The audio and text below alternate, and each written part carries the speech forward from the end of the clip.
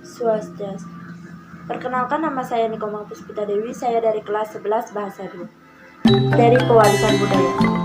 Jadi materi yang akan saya bahas ada 5. Yang pertama yaitu pengertian pewarisan budaya, yang kedua ada tujuan pewarisan budaya, yang ketiga ada proses-proses pewarisan budaya, yang keempat ada sarana-sarana pewarisan budaya dalam masyarakat tradisional, yang kelima ada sarana-sarana pewarisan budaya dalam masyarakat modern. Yang pertama saya akan membahas tentang pengertian pewarisan budaya. Pewarisan budaya merupakan suatu peralihan nilai-nilai dan norma-norma yang dilakukan dan diberikan melalui pembelajaran oleh generasi tua ke generasi muda. Yang kedua yaitu tujuan pewarisan budaya. Tujuan pewarisan budaya ada 3. Yang pertama yaitu mengenalkan aturan, nilai-nilai, dan adat istiadat dalam kehidupan. Yang kedua, terciptanya kerukunan dan ketentraman dalam masyarakat. Yang ketiga, usia yang terbatas. Proses pewarisan budaya. Proses pewarisan budaya ada 3. Yang pertama yaitu internalisasi, yang kedua sosialisasi, yang ketiga ada enkulturasi. Yang pertama kita akan bahas tentang internalisasi. Internalisasi adalah proses yang berlangsung sepanjang hidup individu, yaitu mulai dari lahir sampai akhir hayat kita.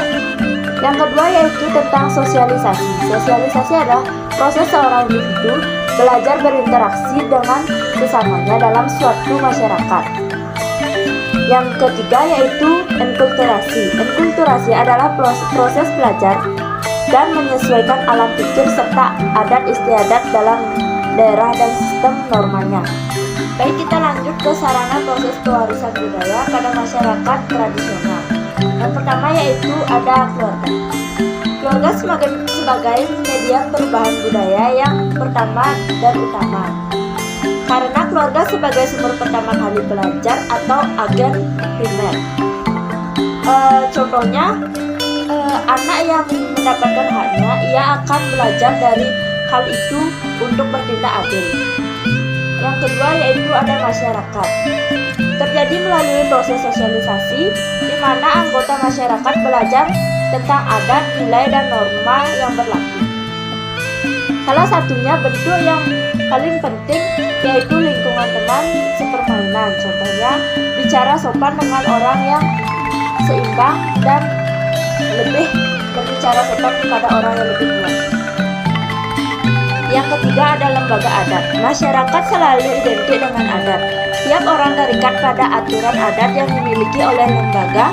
Apabila dilanggar akan dikenai sanksi.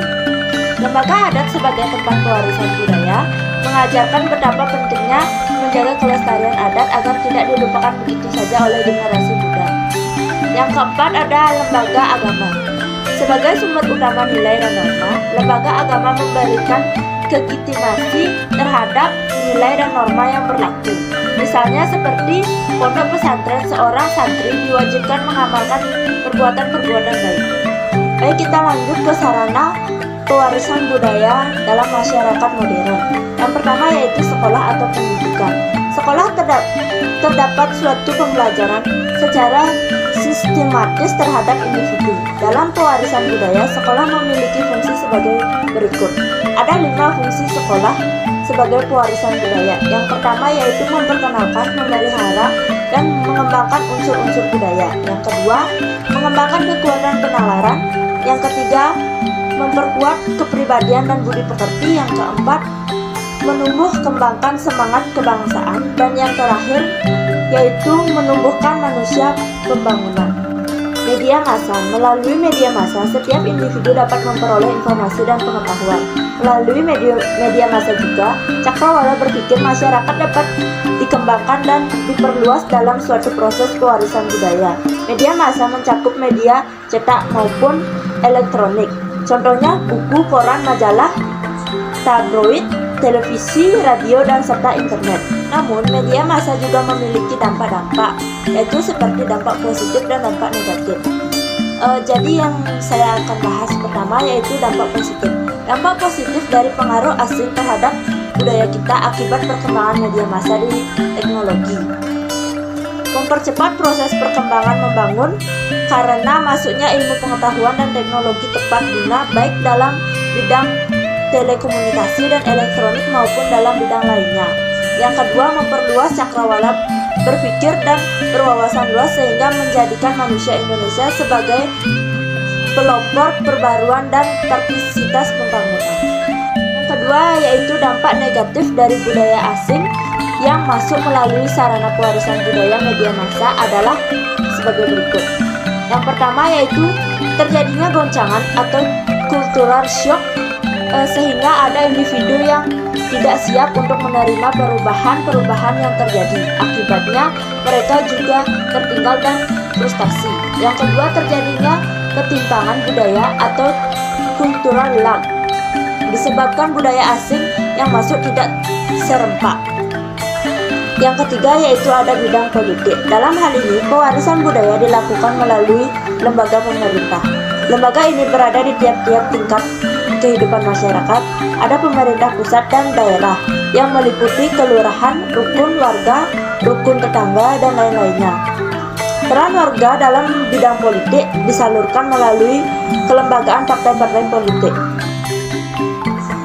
Yang keempat ada organisasi atau kelompok sosial, yaitu pengelompokan orang-orang yang disebutkan oleh C.H. Holly sebagai secondary group dan kelompok sekunder. Kelompok ini dibentuk secara terorganisir untuk mencapai kepentingan tertentu dalam kehidupan masyarakat. Yang kelima yaitu ada bidang perekonomian. Bidang perekonomian dibagi menjadi tiga. Yang pertama yaitu bidang produksi.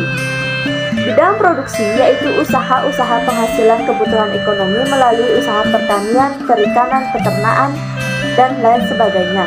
Yang kedua yaitu ada bidang konsumsi, yaitu usaha yang secara langsung dinikmati warga masyarakat sebagai konsumen, terutama kebutuhan manusia untuk memenuhi kebutuhan sandang, pangan, dan papan.